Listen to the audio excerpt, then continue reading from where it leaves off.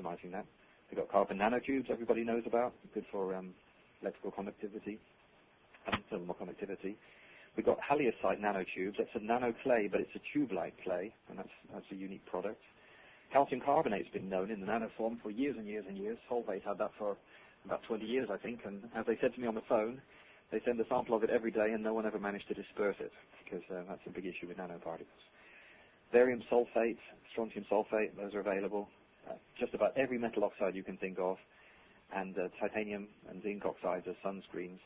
And cerium oxide is used, I'm going to mention that later on, as a fuel additive for diesel fuel that makes the fuel 5% more efficient.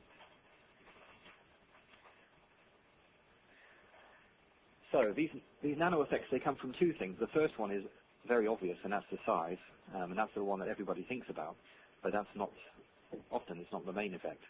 So nanoparticles are very small, so even if they have a different refractive index to the matrix, they don't scatter visible light. They're scattering some other wavelength of light, such as UV, but we don't see it because the particles are too small to bend the kind of light we can see. Small particles have the other advantage that when you add particles to a system, you usually ruin the impact resistance. And if those particles are small and perfectly dispersed, then you won't ruin the impact resistance. So that's a potential advantage of nanoparticles. You can increase modulus, you can increase strength like you can with regular particles, but if you can disperse them properly, then you won't ruin your impact resistance. The next one is probably more important, I would say, than the size, but it's one that people don't spend enough time thinking about.